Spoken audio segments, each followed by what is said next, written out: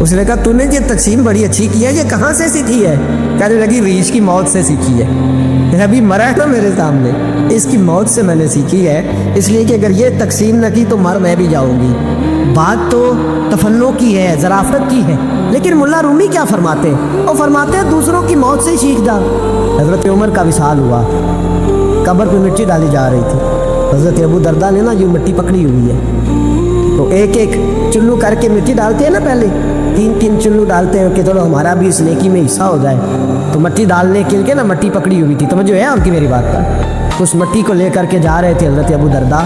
مٹی لے کے جاتے حضرت سیدنا ابو درداء حضرت عمر کی قبر پر ڈالنے کے لیے, یہ پکڑی ہاتھ میں, مٹی ڈالنے کا ارادہ کرتے تو واپس آ جاتے, پھر جاتے تو واپس آ جاتے, پھر جاتے. لوگوں نے کہا ابو درداء ڈالتے کیوں نہیں؟ تو آنکھوں میں آنسو آ گئے, رو پڑے. کہنے لگے عزت کے اس کو ہے گراں پہ مٹی ڈال دوں, وقار کے اس بادشاہ پہ مٹی ڈال دوں. فرمانے لگے شہنشاہ کردار پر مٹی, اس پر مٹی ڈال دوں. پھر میں مٹی پکڑی اور اپنے سر پہ ڈال لی. فرمانے لگے عمر تو مٹی کے قابل نہیں, مٹی کے قابل تو میں ہوں, میں تھا جس پر مٹی پڑنی چاہیے تھی. اور آپ فرمانے لگے لوگوں سن لو, اگر عمر جیسے تقوی کے بادشاہ بھی رب نے زمین سے اٹھا لیے تو ہم بھی بچیں گے نہیں. ہم نے بھی اللہ کی بارگاہ میں جانا تھا. اگر اتنے پاک باز لوگ, اگر نیکی ہی دنیا میں رہنے کا سبب ہوتی تو یہ پاک لوگ ہمیشہ دنیا میں رہتے. پر میں اگر یہ چلے گئے تو چلے, ہم نے بھی جانا ہے. جو حضور کی پناہ میں آ جاتا ہے نا وہ بچ جاتا ہے. اللہ کرے آپ کو سمجھ آئے میری بات. جو حضور کی پناہ میں آ جاتا ہے, وہ جو دنیا دار رہتا ہے, مالدار رہتا ہے, حضور کی پناہ میں نہیں آتا وہ بے سکون رہتا ہے. فرماتے ہیں یہاں دنیا میں بھی حضور کی پناہ میں آ جاؤ, آج لے ان کی پناہ. اور آج دلیل آپ نے ابن ماجہ کی حدیث لکھی ہے, حضرت تمیم داری حدیث کے راوی ہیں, اعلیٰ حضرت نے لکھی ہے. فرماتے ہیں جو حضور کی پناہ میں آیا بچ گیا. دلیل دیتے ہیں, فرمایا انسان تو انسان, جانور بھی آتے تھے تو بچ جاتے. حضرت تمیم داری رضی اللہ تعالیٰ عنہ فرماتے ہیں کہ ہم کھڑے تھے, ایک اونٹ دوڑتا ہوا آیا. نبی کریم صلی اللہ علیہ وسلم کے پہلے اس نے قدموں پہ سجدے کیے. صحابہ کہنے لگے حضور ہمیں بھی اجازت دیں. فرمایا وہ تو بے زبان ہے, اسے تو پتہ کوئی نہیں, پیش نظر ہے وہ نو بہار, سجدے کو دل ہے بے قرار, روکیے سر کو روکیے, یہی تو امتحان ہے. فرمایا اسے کیا پتا, تم تو مکلف ہو شریعت کے, تمہیں اجازت نہیں ہے. اور اعلیٰ حضرت نے 2 ٹوک لکھا ہے. فرمایا سوائے خدا کے کسی کو تعظیمی سجدہ بھی حرام ہے. یہ نوٹ کر لیں میری بات. اور اعلیٰ حضرت نے فتاوی رضویہ میں لکھا ہے کسی قبر پہ جاؤ تو 4 ہاتھ دور کھڑے رہو. اللہ کرے آپ کو سمجھ آئے. کتنے ہاتھ؟ 4 ہاتھ دور کھڑے رہو, سورۃ فاتحہ پڑھو, درود شریف پڑھو, جس قبر پہ گئے ہو ان کی روح کو اصال ثواب کر, ان کے وسیلے سے دعا مانگو. اعلیٰ حضرت فرماتے ہیں قبر کو سجدہ بالاتفاق حرام ہے, طواف قبر کا کرنا بالاتفاق حرام ہے. بوسہ لینے میں اختلاف ہے کہ جائز ہے کہ ناجائز ہے, لیکن بوسے سے بھی چونکہ شک پڑتا ہے تو فرماتے ہیں احمد رضا کی رائے یہ ہے کہ بوسہ لینے سے بھی بچا جائے. وہ آ گیا تو اس سے اگلی باتیں کرتا ہے, بس خاموش رہ, بادب رہ اور پیچھے رہ. تو حضرت تمیم داری کہتے ہیں یہ حدیث اعلیٰ حضرت نے لکھی ہے لمن والولا میں. فرماتے ہیں کہ اونٹ نے پہلے سجدہ کیا, قدم چومے, پھر اس نے حضور کے کان میں کوئی بات کہی. روزے دے دوالے نے غلاماں دیاں ٹولیاں, ایک پہ سندا ہے کروڑاں دیاں بولیاں. یعنی اونٹ نے بات کی تو حضور نے وہ بھی سن لی. اعلیٰ حضرت کہتے ہیں جو پناہ میں آتا ہے بچ جاتا ہے. کہتے ہیں رسول کریم نے نا اونٹ کی پشت پہ ہاتھ پھیرا اور اللہ کے محبوب فرمانے لگے فکر نہ کر, اب تو آ گیا ہے نا, تو جیسے تو کہے گا ویسے ہی ہو جائے گا, جیسے تو کہے گا ویسے ہی. ابن ماجہ میں موجود ہے, پر میں چونکہ فاضل بریلوی رحمۃ اللہ علیہ کی کتاب سے پیش کر رہا ہوں الامن والعلا سے, تو میں اسی انداز میں پیش کر رہا ہوں جس انداز میں وہاں ہے. حضرت تمیم داری کہتے ہیں کہ ہماری سمجھ میں بات کوئی نہ آئی. تھوڑی دیر گزری تو کچھ لوگوں نے ہاتھوں میں رسیاں پکڑی ہیں, خنجر پکڑے, دوڑے آئے, یا رسول اللہ یہ ہمارا اونٹ ہے. حضرت تمیم داری کہتے ہیں میں نے دیکھا کہ جب وہ آ گئے نا خنجر لے کے تو اونٹ حضور کے پیچھے چھپ گیا. آج لے ان کی پناہ, آج مدد مانگ ان سے, وہ حضور کے پیچھے چھپ گیا. تو کہتے ہیں کہ نبی کریم صلی اللہ تعالیٰ علیہ وسلم نے فرمایا کیا مسئلہ بھائی؟ یا رسول اللہ ہمارا اونٹ ہے. ذبح کرنے لگے تھے دوڑا ہے. تو حضور فرمانے لگے وہ تو تمہاری شکایت کر رہا ہے. وہ کہتا ہے یا رسول اللہ میں نے برسوں ان کی نوکری کی, برسوں میں نے بڑی نوکری کی. صحیح کہتا ہے یا رسول اللہ؟ ٹھیک کہتا ہے. حضور اب بوڑھا ہو گیا ہوں, تھوڑا زیادہ بوجھ نہیں اٹھا سکتا, تو مجھے ذبح کر کے کھانا چاہتے ہیں, میں مرنا نہیں چاہتا. نبی کریم فرمانے لگے اچھے لوگ یہ صلہ دیتے ہیں؟ انہوں نے عرض کی حضور آپ حکم کر دیں، ہم اس کو چھوڑ دیتے ہیں یا رسول اللہ، نہیں ذبح کریں گے، خدمت کریں گے۔ حضور فرمانے لگے نہیں، اب میرے پاس آیا ہے نا، اب میں نے واپس نہیں کرنا، آج ہو گیا ہے، آج لے ان کی پناہ، آج مدد مانگو ان سے، آج ہو گیا یا رسول اللہ پھر رکھ لیں۔ حضور نے فرمایا نہیں بھائی پیسے بتاؤ کتنے؟ یا رسول اللہ نہیں نہیں کچھ نہیں۔ نبی کریم علیہ السلام نے فرمایا نہیں، بتاؤ کتنے، بتاؤ کتنے؟ انہوں نے کہا حضور ایک دفعہ ریٹ لگایا تھا تو 100 دینار لگا تھا۔ حضور نے فرمایا بلال دے دو 100 دینار، 100 دینار دے دیا۔ اعلیٰ حضرت فرماتے ہیں دیکھو ان کی پناہ میں آنے کی برکتیں کتنی ہیں۔ ان سے کہا تم جاؤ، وہ چلے گئے۔ حضور نے پشت پہ ہاتھ پھیرا، فرمایا جا تو آزاد ہے۔ حضرت تمیم داری کہتے ہیں وہ پہلے گیا پھر پلٹ کے آیا، اس نے نبی پاک کے کان میں کو بات کی، کئی باتیں کی، پر میں ایک بات کرتا ہوں، کئی باتیں کی، ایک بات کی تو حضور رو پڑے، اونٹ چلا گیا۔ ہم نے عرض کی حضور یہ کیا کہہ گیا ہے؟ محبوب فرمانے لگے یہ کہہ گیا یا رسول اللہ جس طرح آپ نے مجھے چھری سے بچایا ہے، میں دعا کرتا ہوں اللہ آپ کی امت کو جہنم سے محفوظ فرمائے، اللہ جہنم سے بچائے آپ کی امت، اس طرح مجھے چھری سے آپ نے محفوظ کیا۔ اعلیٰ حضرت فرماتے کن چکروں میں پڑے ہوئے ہو، کن چکروں میں؟ پیسوں کی پناہ لیتے ہو، عہدوں کے پیچھے چھپتے ہو، دولت کے پیچھے چھپتے ہو، تعلقات کے پیچھے چھپتے ہو، فرمایا مصیبت آئے گی تو یہ سارے ہٹ جائیں گے۔ اگر پناہ لینی ہے تو مدینے والے محبوب کی پناہ لو، دروازے رسول پہ آؤ، نبی کریم کی بارگاہ میں جھکو، حضور سے پیار کرو۔ اعلیٰ حضرت فرماتے ہیں محبوب کا ادب کرو، رسول اللہ کی غلامی کرو۔ فرماتے ہیں پھر کے گلی گلی تباہ، ٹھوکریں سب کی کھائے کیوں، دل کو جو عقل دے خدا تو تیری گلی سے جائے کیوں۔ اور فرمانے لگے جان ہے عشق مصطفیٰ، روز فضوں کرے خدا، جس کو ہو درد کا مزہ وہ ناز دوا اٹھائے کیوں، جس کو ہو درد کا مزہ وہ ناز دوا اٹھائے کیوں۔ انہوں نے محبوب کریم کی محبت کا پیغام دیا، صحابہ کی محبت کا، بولیے صحابہ کی محبت کا پوری کتاب لکھی حضرت صدیق اکبر جناب عمر کے فضائل پر۔ اور مزے کی بات یہ ہے کہ اعلیٰ حضرت نے نا اردو شاعروں میں سے کسی کو توفیق نہیں ہوئی حضور کو شہنشاہ کہنے کی، اعلیٰ حضرت نے کہا میرے نبی شہنشاہ ہیں۔ دلیل کیا دی؟ فرمانے لگے پڑھو ترمذی، حضور نے فرمایا میرے 2 وزیر زمینوں میں ہیں 2 آسمانوں میں ہیں۔ زمین کے 2 وزیروں کے نام ابو بکر اور عمر ہیں، آسمان کے 2 وزیر ہیں جبریل اور میکائیل۔ اعلیٰ حضرت کہنے لگی حضور وزیر تو کسی شہنشاہ کے ہی ہوتے ہیں، پھر کہہ لو نا شہنشاہ۔ تو پھر فرمانے لگے حاجیو آؤ شہنشاہ کا روضہ دیکھو، حاجیو آؤ شہنشاہ کا روضہ دیکھو، کعبہ تو دیکھ چکے اب کعبے کا بھی کعبہ دیکھو، کعبہ تو دیکھ چکے اب کعبے کا بھی، غور سے سن تو رضا کعبے سے بھی آتی ہے صدا، میری آنکھوں سے میرے پیارے کا روضہ دیکھو۔ اعلیٰ حضرت نے ساری زندگی اور صحابہ کرام کی بات کی، اہل بیت کی بات کی، اولیاء کی بات کی، صوفیاء کی بات کی، دفاع کیا سب کا، سب کے شانوں میں لکھا، امت کو بتلایا کہ اپنے بزرگوں سے جڑے رہو گے تو بچے رہو گے۔ اعلیٰ حضرت نے طنز کرنے سے، تنقید کرنے سے، بلا وجہ غلطیاں نکالنے سے اور ایک دوسرے پر لان تان کرنے سے ہمیں بچنے کو کہا۔ اعلیٰ حضرت فرماتے ہیں کوئی علم اگر آ جائے نا تو اس کا معنی یہ نہیں کہ سب کو جاہل سمجھ لینا چاہیے۔ سمجھ آ رہی ہے میری بات کی؟ ہم جس شعبے میں بھی ہوتے ہیں نا سامنے والے کو ان پڑھی سمجھتے ہیں۔ مولویوں کے بارے میں بعض لوگوں کا خیال ہے کہ یہ پتہ نہیں کون سی مخلوق ہے، ان کو کیا پتہ دنیا داری کا، میں صحیح کہہ رہا ہوں۔ اسی طرح جو میرے شعبے سے تعلق رکھنے والے لوگ ہیں وہ کہتے ہیں شاید سارے تاجر 2 نمبر طریقے سے ہی مال کماتے ہیں، یہ ہو نہیں سکتا، ایسا ہو نہیں سکتا۔ ہمیں نا دوسروں کی اہمیت کی خبر رکھنی چاہیے، ہم ایک دوسرے سے پیار، ہم طنز کرتے ہیں، تنقید کرتے ہیں، فاضل بریلوی منع کرتے تھے، آپ فرماتے ہیں یہ طریقہ درست، ہم جب غلطیاں نکالنے پہ جاتے ہیں تو معاذ اللہ اتنا اوپر بن جاتے ہیں کہ معاذ اللہ ثم معاذ اللہ اللہ رسول تک پہنچ جاتے ہیں۔ اعلیٰ حضرت کے زمانے میں ایک شخص نے کہہ دیا نبی پاک کا خیال آئے تو نماز ٹوٹ جاتی، عقل ہے نا جی جہاں مرضی لے جاؤ، تو کہنے لگا جی میں نے خالص اللہ کے لیے پڑھنی ہے نا فلسفہ جی، نبی پاک کا خیال آئے تو نماز ہے۔ اعلیٰ حضرت فرمانے لگے تو بڑا ہی پاگل ہے، جب تو کہے گا السلام علیکہ ایوہ نبی، خیال آئے گا کہ نہیں؟ فرمانے لگے تو بڑا ہی نادان ہے، جب تو کہے گا اللہم صلی علی محمد وعلا، خیال آیا کہ نہیں آیا؟ فرمانے لگے تو نبی پاک کی بات کرتا ہے، نماز میں تو ابا اماں کا بھی خیال آتا ہے، ربنا اغفر لی والدیّ، فرمانے لگے ربے کے خیال سے نہیں ٹوٹتی تو مدینے والے کے خیال سے کیسے ٹوٹ گئی؟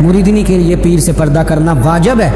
آپ کو ایک بزرگ تھے, انہوں نے اپنے یہاں جلسے پہ بلایا. جب آپ پہنچے تو وہ عورتوں کو ننگے منہ تعویذ دے رہے تھے.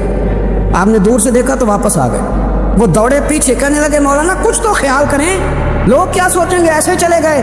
تو آپ فرمانے لگے شاہ جی آپ نبی پاک کی شریعت کا خیال نہ کریں تو میں آپ کا خیال کروں؟ شریعت اسلامیہ کا خیال نہیں کر رہے, بے پردہ عورتوں میں بیٹھے ہو. وہ کہنے لگے میں توبہ کرتا ہوں, آج کے بعد نہیں کروں گا. فرمایا پھر ہاتھ بڑھائیے, پھر میں آپ کے ہاتھوں کے بوسے لیتا ہوں. اس لیے کہ اگر آپ مان گئے ہیں تو پھر ہمارا اختلاف نہیں. ساری زندگی دین کی پہرے داری کی.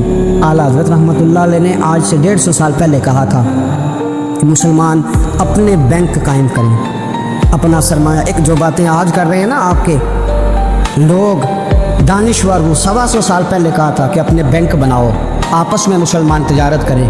فرمایا اپنا پیسہ ایک دوسرے پر خرچ کرو, غریبوں کو وظائف دو. وہ سارے طریقے اپناؤ جو صحابہ نے اور محبوب کریم نے ہمیں عطا فرمائے. مسلمانوں کی فلاح پر انہوں نے بڑا کام کیا. وہ زمانہ اقبال پہلے کہا کرتے تھے سارے جہاں سے اچھا ہندوستان ہمارا. پھر اللہ نے توفیق دی تو کہنے لگے نہیں, خاص ہے ترکیب میں قوم رسول ہاشمی. اعلیٰ حضرت اسی زمانے سے کہہ رہے تھے نہیں بھائی یہ مصطفیٰ کے غلام ہیں, ان کا منصب اور معیار الگ ہے. بڑی محبت سے زندگی گزاری, اللہ سے بڑا ڈرتے تھے. سید ایوب علی رضوی صاحب آپ کے خلیفہ ہیں. وہ کہتے ہیں چھوٹا سا بچہ صبح آ گیا, کہنے لگا حضور آپ کی کل دعوت کرنی آ جائیں گے؟ آپ نے فرمایا آ جاؤں گا. کہنے لگا میں یتیم ہوں, باپ میرا فوت ہو گیا, میرا بڑے دل کرتا ہے آپ سے محبت ہو گئی. فرمایا کب آؤں؟ اس نے کہا کل آ جانا. کیا کھلاؤ گے؟ تو چنے کی دال اس نے جھولی میں ڈالی. کہنے لگا حضور میں لے آیا ہوں, رات کو بھگاؤں گا, کل آپ کو کھلاؤں گا.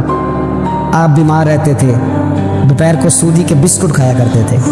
سید صاحب کہتے ہیں جب وہ جانے لگا تو اعلیٰ حضرت فرمانے لگے اگر اجازت دو تو ایک بندہ ساتھ لے آؤں. کہنے لگا لے آؤ. فرماتے ہیں اس کے گھر گئے تو اندر بیٹھنے کی جگہ بھی نہیں تھی. 1000 کتاب کے مصنف, لاکھوں کروڑوں مریدوں کے پیر, امت مسلمہ کتنے بڑے لیڈر. کہتے ہیں اس نے نا باہر گلی کے باہر دروازے کے باہر چٹائی بچھا دی. کہنے لگا حضور اندر جگہ نہیں ہے, میری اماں ہے اور آپ عورتوں سے بڑا پردہ کرتے ہیں. اعلیٰ حضرت باہر بیٹھ گئے زمین, اس کو کہتے ہیں لاجپال پیر. باہر بیٹھ گئے, وہ چنے کی دال لایا اور باجرے کی موٹی روٹیاں. آپ کو تکلیف رہتی تھی پیٹ میں, آپ وہ چیزیں استعمال نہیں کرتے تھے, پر 1.5 روٹی کھائی. کھانے کے بعد کا جائیں, کہنے لگا نہیں میری اماں آگ جلا رہی ہے, چائے پی کے جانا. وہ چائے آئی, جو بندہ سڑک سے گزرتا حضور جہاں بیٹھنے فرمایا جاؤ کام کرو, دعوت ہماری ہے تمہاری نہیں, جاؤ اپنا کام کرو. وہاں بیٹھ کے کھانا کھایا. جب واپس نکلے تو اس بچے نے اجازت دی جائیے. واپس آئے تو کچھ چہرے پہ کمزوری کے آثار تھے, کچھ تکلیف پیٹ میں شروع ہو گئی. سید صاحب کہنے لگے حضور آپ نے کیا کیا, بیمار ہو جائیں گے. فرمانے لگے ایوب علی یار بیماری تو ٹھیک ہو جائے گی, پر تو نے دیکھا نہیں یتیم کا دل کتنا راضی ہو گیا ہے, کتنا راضی ہو گیا اس کا دل, کتنا وہ خوش ہوا ہے. اور فرمایا جب یتیم راضی ہوتا ہے تو اللہ بھی راضی ہوتا ہے, اللہ کے نبی بھی راضی ہوتا ہے. بڑی پرہیزگاری والی زندگی گزاری. 3 باتیں ان کی زندگی کا اصول تھا. ایک فرماتے تھے تمسک بالدین کرو, مضبوطی کے ساتھ دین کو پکڑ لو. اور دوسرا فرماتے تھے جو اللہ رسول کے دشمن ہیں ان سے ہمیشہ بچو, جو ذرا بھی کہیں بے ادبی کرے اس سے پرہیز کرو. اور تیسرے نمبر پہ فرماتے تھے اگر سکھی جینا چاہتے ہو تو عشق رسول میں جینا سیکھو, ورنہ دنیا سے تو پیار ہو ہی جائے گا, دولت سے تو ہو ہی جائے گا, محبوب سے کرو گے تو زندگی سکھی ہو جائے گی. اللہ ہمیں ان کے فیضان سے فیضیاب فرمائے. سنو وہ آپ نے حدیث سنی ہے نا کہ 70 صحابہ تھے اور ایک دودھ کا پیالہ تھا, تو حضور نے 70 کو پلایا تو 71ویں نمبر پر پیا. مصطفیٰ کریم نے فرمایا اگر میں اللہ کا رسول ہو کے 70 غلاموں کا جھوٹا پیتا ہوں تو بتا تیرا یہ بخاری مسلم ہے. لیکن اب ہماری نفاست پسندیوں کے رنگ بھی نالے ہیں نا, انہیں روٹی کھا لی ہے. اور اکثر اگر آپ ناراض نہ ہو تو بات کرنی پڑتی ہے, جب سامنے آ جاتی ہے تو کرنی پڑتی ہے. امیر کا جھوٹا ہو تو پھر خیر ہے, اگر غریب کا ہو تو جی اے چور صاحب تو پیے اور دے دیو تو یہ ماڑے دا ہاتھ لگ گیا کہ تو کے لیا, یہ ظلم ہے, یہ زیادتی ہے. اس کا مطلب ہے نفاستیں بھی ہم دولتوں سے آئیں گی, دولت سے آئے گی معاذ اللہ. سن بہرحال عنوان نہیں, حضرت جابر بن عبداللہ رضی اللہ تعالی عنہ, بخاری مسلم ہے. کہتے جب خندق کی جنگ ہو رہی تھی نا, غربت بڑی تھی, قحط بڑا تھا, صحابہ پریشان تھے, 2-2 3-3 پتھر پیٹ پہ باندھے ہوئے. میں حضور کو دیکھ کے گھر آیا تو زوجہ سے کہا بھلی مانس کچھ ہے کھانے کی؟ کہنے لگی تھوڑے سے جو ہے. تو میں نے کہا پیسوں کی تو کتنی روٹیاں بنے گی؟ کہنے لگی 2-3, 4 بن جائیں گی. کہنے لگے سالن. زوجہ کہنے لگی اگر وہ بکری کا بچہ ذبح کرو تو 3-4 بندوں کا سالن بھی بن جائے گا. کہتے میں نے اسے ذبح کیا, بیوی سے کہا تو جاؤ پیس. کہتے میں نبی کریم کی بارگاہ میں حاضر ہوں صلی اللہ علیہ وسلم, حضور کی خدمت میں. زوجہ کہنے لگی کان میں کہنا حضور کے سارے نہ آئے, جس طرح لیڈروں کے کھانے اندر ہوتے ہیں علیحدہ, اور جو نعرے لگا رہے ہوتے ہیں نا سویر سے انہیں ڈبہ ملتا ہے, لیکن وہ پھر بھی نعرے لگاتے ہی رہتے ہیں. مجھ پہ الزام لگنے لگا ہے کہ آپ سیاست دانوں کو ہر جمعے میں رگڑا دیتے ہیں, تو میں کہ انہوں نے صحیح کر چھوڑو پھر اسی مڑ جانے اتنا کو سیاڑے ہو جائیں. یہ سیاڑے نہیں ہو رہے, ہمیں بات کرنے کی بھی اجازت نہیں. شعر کہہ دیتا ہوں کہ ہم آہ بھی کرتے ہیں تو ہو جاتے ہیں بدنام, وہ قتل بھی کر دیں تو چرچا نہیں ہوتا. انہوں نے نہ کبھی پوچھا جی سامنے یا کہہ دے چوپ رہو. لیکن بھائی یہ اس ممبر کا تقاضا ہے, میرے امام اعظم کا فتویٰ ہے, جو عالمی حالات سے باخبر نہ ہو وہ جمعے کا خطبہ نہ دے. وہ جو رٹی رٹائی باتیں ہم سے نہیں ہوتی, اس لیے کہ جلال بادشاہی ہو یا جمہوری تماشا ہو, جدا ہو دین سیاست سے تو رہ جاتی ہے چنگیزی. حق بات انشاءاللہ ہو رہی ہے اور ہوتی رہے گی. وہ بات صاف ستھری ہے. اگر کوئی بات ایسی ہوگی تو وہ بات, اگر غوث پاک اپنے خطبہ جمعہ کے اندر کہہ سکتے ہیں کہ میں ظالموں کو حکمران نہیں بننے دوں گا, تو ہم تو ان کے نوکر ہیں نا. پھر ہم قادری کیسے ہوئے اگر غوث پاک کے طریقے پہ عمل ہی نہ کریں تو. اس لیے مہربانی کریں, ہمیں کوئی شخص ایسا مشورہ نہ دے, بلکہ کئی دفعہ ظلم ہوتا ہے, جب کوئی مشورہ دیتا ہے تو اور تیز ہونے دل کرتا ہے. اس لیے مہربانی کریں ایسی کوئی مشاورت نہ کریں. بالکل جو غلط بات کرے گا اس پہ ہم بولیں گے, اور آہستہ آہستہ نہیں, کھل کھلا کے بولیں گے, بالکل بولیں گے. اس لیے کہ اللہ نے زبان دی ہے, وہ کسی وڈیرے کے قدموں میں بیٹھنے کے لیے نہیں دی, وہ رسول اللہ کے ترانے پڑھنے کے لیے دی ہے. ترانے پڑھنے, اگر حضرت بلال رسیوں میں بند ہو کے اور ابو لہب اور عتبہ اتیبہ اور عبداللہ بن جداد اور امیہ بن خلف جیسے لوگوں کے بیچ کھڑے ہو کے کہہ سکتے ہیں نہیں بات جو سچی ہے وہ کی جائے گی, تو ہم ممبر رسول پہ بیٹھ کے نہیں کہہ سکتے. اپنے بھی خفا مجھ سے ہے, بیگانے بھی ناخوش, میں زہر حلال کو کبھی کہہ نہ سکا کن, میں کہتا ہوں وہی بات سمجھتا ہوں جسے حق, نے ابلائے مسجد ہوں میں توحید کا فرزند. اس لیے کوئی شخص اس نہ سمجھے. ہاں یہ بات علیحدہ ہے کہ ہمارا سیاسی ایجنڈا کوئی نہیں, ہمارا ایجنڈا رسول اللہ کی نوکری ہے صلی اللہ علیہ. سیاسی ایجنڈا کوئی نہیں. اللہ کے بس کی محبت تو سیاست کا چلن چھوڑ دیا, ہم اگر عشق نہ کرتے تو حکومت کرتے, وہ بات علیحدہ ہے. بہرحال عام دام برسر مطلب حضرت جابر بن عبداللہ رضی اللہ تعالیٰ عنہ کہتے ہیں زوجہ نے کہا کان میں کھانا. میں نے کان میں جا کے کہا حضور 2-4 بندوں کی روٹی ہے, آ جائے کھانا کھا لے. وہ والا رنگ نہیں تھا نا کہ لیڈروں کا کھانا اور کارکنوں کا کھانا چلو اور گل کر لینے. پیران دی یخنی تے روٹیاں پہ ہو کے کہندے حضرت جی بیمار نے تے مرید لنگر کھانے تے شفا ہے, تے میں کہا تم ہی کھا مار تینوں بھی شفا ہو جائے گی, تو اپنے لیے تے چوری پکائی اندر. یہ رنگ وہاں نہیں تھا. میرے نبی پاک سید عالم صلی اللہ تعالیٰ علیہ وسلم کے کان میں کہا حضور 4-5 بندوں کی روٹی ہے. حضور باہر نکلے خندق سے, باہر نکل کے فرمایا چلو بھائی سارے, جابر نے کھانا پکایا ہمارا. حضرت جابر کہتا ہے میں نے دوڑ لگائی گھر آ گیا, اور میں نے کہا تجھے تیری مار ہوئے, حضور تو 1000 سے زیادہ بندہ لے کے آ رہے ہیں. تو کہتے تو نے کہا نہیں تھا نبی پاک سے 4-5 بندوں کا ہے. حضرت جابر کی زوجہ کا عقیدہ سنو, کہنے لگے میں نے تو کان میں کہا تھا, دوسرے نے سنا بھی نہیں, وہ تو حضور نے کہا سارے چلو. تو کہتے ہیں زوجہ مجھے تسلی دینے لگی, کہنے لگی بس جو نبی آ رہے ہیں وہ انتظام بھی کرائیں گے, جو آ رہے ہیں وہ انتظام بھی کرائیں گے. کیا کہا مولانا حسن رضا نے, قلم توڑ دیے. کہنے لگے آج جو عیب کسی پر نہیں کھلنے دیتے, آج جو عیب کسی پر نہیں کھلنے دیتے, ارے کب وہ چاہیں گے میری حشر میں رسوائی ہو, دل میں ہو یاد تیری کوچائے تنہائی ہو, پھر تو خلوت میں عجب انجمن آرائی ہو. کہتے حضور آئے 1000 سے زیادہ کا لشکر لے کے, اور مجھے فرمانے لگے روٹیاں نہ پکانا, پہلے آٹا میرے پاس لاؤ, اور چولہے سے کھانا نہ اتارنا, مجھے لے جاؤ. کہتے میں نے سالن بھی پیش کیا, روٹیاں بھی. حضور نے تھوڑا سا لواب دہن آٹے میں ڈال دیا, لواب دہن تھوڑا سا لواب دہن ہنڈیا میں ڈال دیا. فرمایا اب نکالتے جاؤ اور کھاتے جاؤ, میرا جوتا ہو گیا اب نکالتے جاؤ. حضرت جابر بن عبداللہ کہتے ہیں 1400 بندے نے کھایا, ہمیں نہیں پتا روٹیاں کدھر سے آئی, اتنی برکت ہوئی پتہ نہیں کدھر سے آئی, سالن پتہ نہیں کدھر سے آیا. کہتے ہیں سارے سیر ہو کے کھا لیا, تو فرمایا چلو بھی جاؤ جا کے کام کرو. مجھے فرمانے لگے اب تو بھی کھا, آ جا بچے بھی بلا. کہتے سب نے کھایا.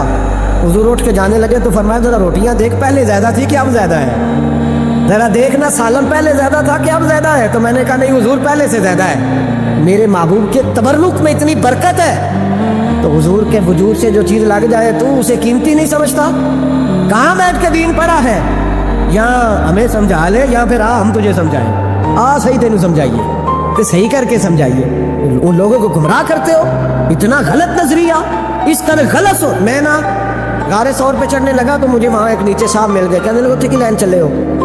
میں کیا تینوں اسی اتوں بھی نہیں پوچھ کے آیا جدو کرو آئے ہیں, اتوں بھی نہیں تینوں پوچھنا بے لیا, تو غلط فہمی کا شکار ہے. کہنے لگا وہ تو حضور تو کام سے گئے تھے, اب آپ کو کیا کام ہے؟ میں کیا اصل ٹائم نہیں تیرے نال گل کرن دا, اس واسطے کہ سانوں تے غار ثور پہ یاد آؤں گی. اور واپس آ گئے. عام آدمی تھا, خیر وہ کہیں سے آیا ہوا تھا, اردو بولتا تھا. تو میں ایک عمرہ کرنے کے لیے جارانہ سے واپس آیا تو طواف ہم کر رہے تھے. وہ بھی مجھے نظر آ گیا دوڑتا ہوا. میں انہوں آواز مار لی, میں کیا حضرت حاضرہ تے پانیاں سے دوڑیا سن تے تو کا تو چھالا ماری پھر ہے. او پیا ہی کولر تے جا پی آرام کر جا کے. کہندے نہیں انہاں دی ادا تے ادا کرنی ہے. تو میں کہا اگر تو حضرت حاجرہ دی ادا کرنی تے اسی حضرت ابوبکر صدیق دی ادا کرنی. عجیب آدمی ہے بھائی تو, عجیب بات ہے. لوگوں کا فلسفہ اپنا اپنا, اور پھر پکڑے ہم کہ اس بندے کو جو جواب نہ دے سکے. ایسا نہ کرو, یہ زیادتی ہے. امت کو اکٹھا کرو. اتفاق, یہ مجھ سے سوال کئی جمعے سے ہو رہا تھا. میں اصل میں نا ان موضوعات کو چھیڑتا نہیں, میری طبیعت اور ہے. لیکن کوئی بندہ یہ نہ سمجھے کہ ہمیں جواب نہیں آتا. یہ سوال اٹھا تھا, کوئی یہ نہ سمجھے کہ ہمیں جواب اللہ کے فضل سے, اللہ کے فضل سے. یہ قرآن مجید پڑھا ہے, یہ مسجد ہے, یہ جمعے کا دن ہے. ہم بات صرف وہ کرتے ہیں جس میں ضمیر اجازت دیتا ہے. اس لیے کہ سدا تو نہیں نہ رہنا, پتہ نہیں صبح اٹھ سو کے اٹھنا ہے کہ نہیں اٹھنا. تو کون کو گمراہ کر کے دین کے نام پہ جانا کدھر ہے. اس لیے بھائی خیال ہوتا ہے کہ تم لوگوں کو خراب نہ کرو. ہم تو چاہتے ہیں امت اکٹھی ہو جائے, لیکن یہ ظلم کرتے ہو جب چھیڑو گے کسی کو تو پھر تو اس کا حق بنتا ہے نا وہ بولے. تو چھیڑا جاتا ہے. تھوڑے دن ہوئے حضرت حلیمہ سعدیہ کا سارا گھر گرا دیا, بلڈوزر چلا دیا. کہنے لگے یہاں لوگ آتے ہیں تو شرک ہوتا ہے. اور میں نے کہا جہاں اللہ کریم نے توحید پھیلانے کے لیے رسول کو بھیجا, 4 سال جہاں نبی پاک رہے, وہاں کیسے شرک ہو سکتا ہے؟ کس طرح کی تو بات کرتا ہے. بہرحال جہاں میرے نبی پاک بیٹھ جائیں وہ جگہ برکت والی ہو جاتی. اس جگہ کو چومنا مسلمان کا ایمان ہے, اس جگہ پہ سجدہ کرنا مسلمان کا ایمان ہے, اس جگہ بیٹھ کے تبرک حاصل کرنا یہ مسلمان کا. میں تو پہلی دفعہ ریاض الجنت میں داخل ہوا تو میرے ساتھی کہنے لگے کیا ہوا؟ میں کہا ادھر آؤ, لوگوں کو اگے جا کے ملنی, سانو ایتھے ہی لب گئی ہے. روضہ تم میں ریاض الجنت, بار حدیث لکھی ہے. حضور نے فرمایا جو یہاں آ گیا وہ جنت میں آ گیا. یہ ہے عرض جنت, یہ طیبہ کی زمین ہے. جنت بھی یہی, مال کے جنت بھی یہی ہے. ایک بات اور کرنی ہے, بڑی ضروری ہے, میری بھی اور آپ کی بھی ذمہ داری ہے, اس کو بھی ضرور کرنا چاہتا ہوں. سن لیں, محمود غزنوی نا گزر رہے تھے, یہ آپ نے نا میری طرف دیکھنا ہے, یہ بات سن لیں. ادھر دیکھو, خاص اہم مسئلہ ہے, اس پر بڑا ضروری ہے آپ کا متوجہ رہنا. محمود غزنوی کہتے ہیں میرے دل میں خیال آیا کرتا تھا ہمیشہ کہ میں واقعی سبکتگین بادشاہ کا بیٹا ہوں یا معاذ اللہ میرا باپ کوئی اور ہے. اور ایک خیال مجھے آتا تھا کہ قیامت واقعی قائم ہوگی, شک رہتا. اور تیسرا میرے دل میں خیال آتا تھا کہ یہ مولوی بیچارے کمزور سے ہوتے ہیں, تو حدیث پاک میں آتا ہے کہ علماء نبیوں کے وارث ہیں. تو یہ واقعی حدیث سچی ہے یا مولویوں نے اپنی شان کے لیے بنا لی ہے؟ کہتے شک تھے 3, میں کہتا نہیں تھا کسی سے, پر دل میں رہتے تھے. ایک دن میں ہندوستان کی ایک گلی سے گزر رہا تھا, تو دین کا ایک طالب علم نے کونے میں بیٹھ کے تھڑے پہ پھٹے پہ بیٹھ کے نا سبق یاد کر رہا تھا. اسے جب سبق بھول جاتا نا تو ایک ہندو کھتری کی دکان تھی, اس کے اندر چراغ جل رہا تھا, ایک چھوٹا سا روشن دان تھا, اینٹ نکلی ہوئی تھی, وہاں سے نا ایک کرن باہر آ رہی تھی روشنی کی. تو وہ طالب علم جب سبق بھول جاتا تو کتاب روشنی کے آگے کرتا, عبارت دیکھتا, پھر کونے میں جا کے یاد کرتا. محمود کہتے ہیں مجھے بچے کا ذوق بڑا اچھا لگا. میں نے اسے بلایا, میں نے کہا بچے تم لالٹین کیوں نہیں خریدتے؟ تو کہنے لگا میں یتیم ہوں اور رسول اللہ کا دین پڑھنا میرا شوق ہے, مدرسے میں پڑھتا ہوں پر غربت ہے, لالٹین نہیں. کہتے ہیں میں نے اسے تھپکی بھی دی اور لالٹین بھی دی. میں نے اسے کہا 2 سپاہیوں کی ڈیوٹی لگائی, جب تیل ختم ہو جائے تم نے تیل پہنچانا ہے. محمود کہتے ہیں زندگی میں بڑی نیکیاں کی تھی اور جتنا سکون آج ملا پہلے کبھی نہیں ملا تھا. کہتے ہیں شاہ کی نماز پڑھی تو دل میرا ٹھنڈا ٹھنڈا ٹھار, پھولوں کی سیب پہ میں سویا. کہتے ہیں آج تو میرے نصیب ہی جاگ گئے, نصیب ہی جاگ گئے. کہتے ہیں سارا شہر ایسے جیسے پھولوں کی طرح مہک رہا ہے. کہتے ہیں میں کیا دیکھتا ہوں کہ خواب میں میرے رسول تشریف لے آئے. خواب میری وچ ماہی آیا تے میں گل وچ پا لئیاں باواں, تے ڈر دی ماری اکھ بھی نہ کھولاں کتے پھر وچھڑ نہ جاواں. اور کسی شخص نے کہا تھا چے ہویا مینوں ترلے لیندیاں کدی موڑ میرے ول واگاں. خواب میری وچ ایک بار جے آویں میں ساری عمر نہ جاگاں. کہتے ہیں حضور آئے خواب میں, ایک جملہ حضور نے کہا, ایک جملہ نبی پاک صلی اللہ علیہ وسلم نے کہا ایک، اور میرے تینوں سوالوں کے جواب دے دیے۔ ذرا دل کے کانوں سے سننا۔ کہتے ہیں محبوب فرمانے لگے، او سبکتگین کے بیٹے، تو نے آج میرے ایک وارث کی خدمت کی ہے، میں قیامت کے دن تیری سفارش کروں گا۔ کہتے ہیں مجھے سمجھ آ گئی کہ میں سبکتگین کا بیٹا ہوں، مجھے سمجھ آ گئی کہ قیامت قائم ہوگی، مجھے سمجھ آ گئی کہ علماء نبیوں کے وارث ہیں۔ 101 حافظ شہید ہو گیا، 101 پھول جیسے بچے۔ اور جب اتحادی فوج کا، افغان اور امریکی فوج کا جب بم گرا نا، تو حافظوں کے ہاتھوں میں سندیں تھیں اور ان پر لکھا تھا کہ انہوں نے قرآن پورا پڑھ لیا ہے۔ ان کے ہاتھوں میں نا ان کے سروں سفید رنگ کی پگڑیاں تھیں۔ خبر یہ تھی کہ یہ آج رسول اللہ کے دین کے قرآن کے حافظ ہو گئے۔ نہ کسی نے کوئی ملی ترانہ پڑھا ہے، نہ بریکنگ نیوز رہی ہے۔ پشاور میں ایک سکول پہ حملہ ہوا تھا، وہ بھی پٹھانوں کے بچے تھے، یہ بھی پٹھانوں کے۔ فرق کیا ہے؟ میں مدرسے کا طالب علم ہوں، مجھے آج بتائے سارا معاشرہ کہ اگر میتھمیٹک پڑھنے والے مدرسے پہ حملہ ہو تو ملی ترانے بنے اور میڈیا چیخے، فوج حرکت میں آئے، اور اگر قرآن پڑھنے والا 101 شہید ہو جائے تو کوئی پرواہ نہیں۔ میں نے پرسوں کہا تھا کسی کا ایک شعر، میں نے وہ کہا تھا، بھیج خدا عیسیٰ کو اب نازل کر دے مہندی کو، بھیج خدا عیسیٰ کو اب نازل کر دے مہندی کو، آ دیکھ دجال آزاد ہوئے اور پھولوں کے کیا حال ہوئے۔ کوئی نہیں بولا۔ 17 جنازے کشمیر کے ایک دن اٹھے، 17۔ امریکہ کا کتا بھی مر جائے تو اسلامی ملکوں کے وزیر اعظم پہنچ جاتے ہیں کہ وہ کہیں دہشت گردوں نے تو نہیں مار دیا، مجھے کو بتائے تو صحیح۔ کشمیری دہشت گرد ہے، افغانستان والے دہشت گرد ہیں، سب سے بڑا دہشت گرد وہ ہے جس نے قرآن پڑھنے والوں پہ حملہ کیا ہے۔ اور مجھے شکوہ ہے اپنے میڈیا سے بھی، مجھے شکوہ ہے ان سب اداروں سے جو اس کو ہم نے بڑا احتجاج کیا تھا، تڑپ کر بولے تھے ہم جب بچوں پہ حملہ ہوا۔ میری ریکارڈنگ آپ اٹھا کے دیکھیں، اتنی سخت تقریر شاید ہم نے کبھی نہ کی ہو، لیکن حافظ اگر کٹ جائیں تو کوئی پرواہ نہیں، حافظ اگر کٹ جائیں تو کوئی پرواہ نہیں۔ یہ بچے ہمارے پاس قرآن مجید یاد کرتے، ہم سے کوئی پوچھے ان کا درد کیا ہے، ہم سے کوئی پوچھے ان کی تکلیف کیا ہے۔ وہ حافظ جس نے 4 سال لگا کے ایک ٹانگ پہ بیٹھ کے پورا قرآن یاد کیا، ایک ٹانگ پہ، اور جس دن اس کا مکمل ہوا تو ہم نے بم سے اس کی بوٹیاں بکھیر دی۔ امریکہ ٹوٹنے والا ہے، لیکن ہمیں اس کے ٹوٹنے سے زیادہ افسوس نہیں، ہمیں ان پہ زیادہ افسوس ہے جو ظالم اس کے اتحادی بنے ہوئے ہیں، جو مسلمان کہلا کے اس کے اتحادی بنے ہوئے ہیں۔ تو ہم نے رسول اللہ کو منہ دکھانا ہے۔ یاد رکھنا، یہ طالب علم میرے نبی کے دین کے وارث ہے۔ حضور نے فرمایا ہے 70 آدمی ساری رات کھڑے رہ کے عبادت کریں، ایک عالم عشاء پڑھ کے سوئے، فجر کے وقت اٹھے، پھر بھی اللہ رسول کی نظر میں عالم کی زیادہ قدر ہے۔ امریکہ کو خدشہ ہے علماء سے، وہ ڈرتا ہے رسول اللہ کا نام لینے والوں سے، لیکن ہم انہیں بتائیں گے، میں نے تہیہ کیا ہے، میں ایک چھوٹا آدمی اوپر میں نے تہیہ کیا ذاتی طور پر، اگر ہم 40 بچوں کو قرآن مجید یاد کراتے تھے تو اب ہم 100 بچوں کو کرائیں گے، جو 100 کو کراتا تھا اب 200 کو کرائے گا انشاءاللہ تعالیٰ۔ ان ایک ایک بچوں کی شہادت کے عوض ہم سینکڑوں بچوں کو قرآن مجید یاد کرائیں گے، اور تمہیں بتائیں گے یہ مصطفیٰ کا دین ہے، اسلام کی فطرت میں قدرت نے لچک دی ہے، اتنا ہی یہ ابھرے گا جتنا کہ دبا دو گے۔ یہ مدارس پہلے بھی حکومتیں نہیں چلاتی، یہ رسول اللہ کے نوکر چلاتے ہیں، اور انشاءاللہ یہ چلتے رہیں گے، یہ مہکتے رہیں گے، یہ پھولتے رہیں گے، اور یہی چراغ جلے گا تو روشنی ہوگی۔ آخر دعوانا ان الحمدللہ۔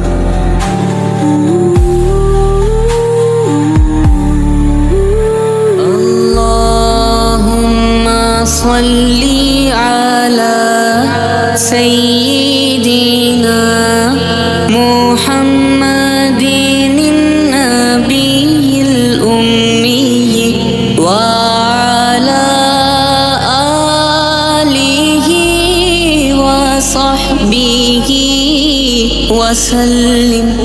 اللہم صلی علی سیدنا محمد النبی الأمی وعلی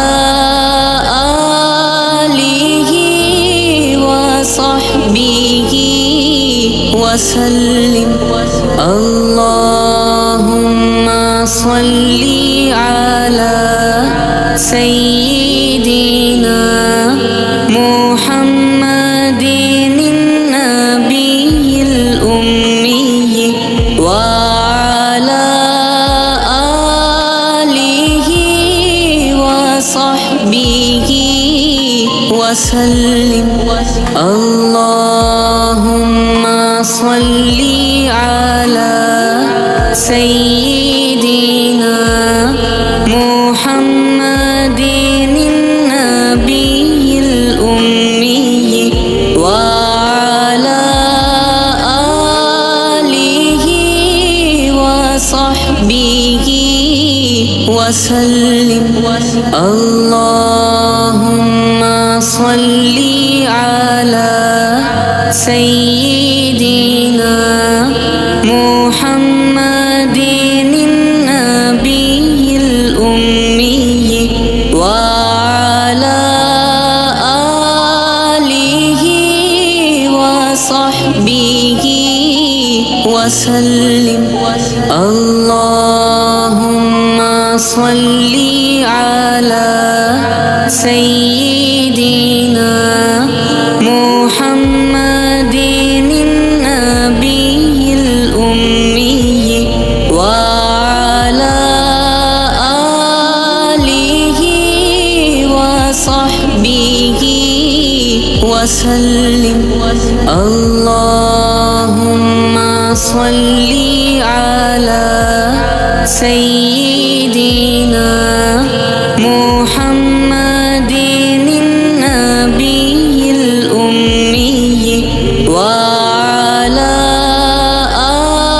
آله وصحبه وسلم اللهم صل على سيدنا محمد النبي الأمي وعلى